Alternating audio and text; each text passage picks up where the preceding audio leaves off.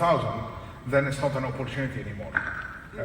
Really, opportunities come from being there, seeing where are the gaps, where can you add value.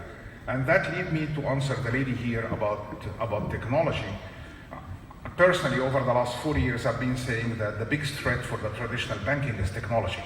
And really in Africa, I would say that people are talking about fintechs as disrupting banking sector in the US and in Europe, not in Africa.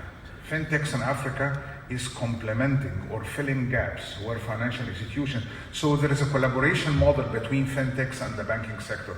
And for banks to provide technology, I'm a strong believer that even people cannot read and write, they understand numbers. So through mobile money, what happened in Kenya and Rwanda and other countries really should happen in the rest of Africa.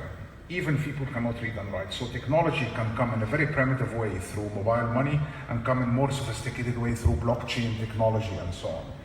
And banks are doing that, by the way. Banks are really engaged in upgrading technology in a way to make it very simple, even for people with a special need, to make technology available for them in a way that, again, financial inclusion is a critical part. So financial inclusion again, technology coming back to where you're investing in 2018. Yeah. Miguel, I maybe want to give you an opportunity, but maybe you might start off with the roadmap that's been raised up in the question that you say, is there a practical guideline or pathway that Africa could look at to see how they may achieve some of what was achieved in the European Union? Yes. Well, I'm a strong believer that if there's anything that Africa is not short of is entrepreneurship.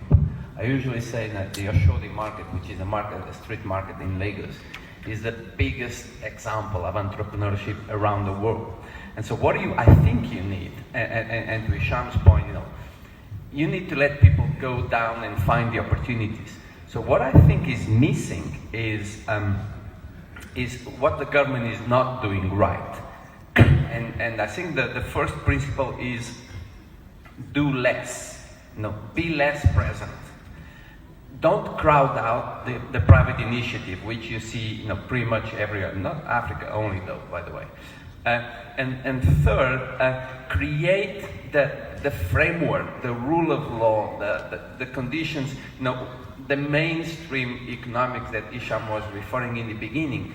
If you do that, investment will flow, and African entrepreneurs, east, west, north, south, will be able to go after, to define their own roadmap, because the opportunities are so massive.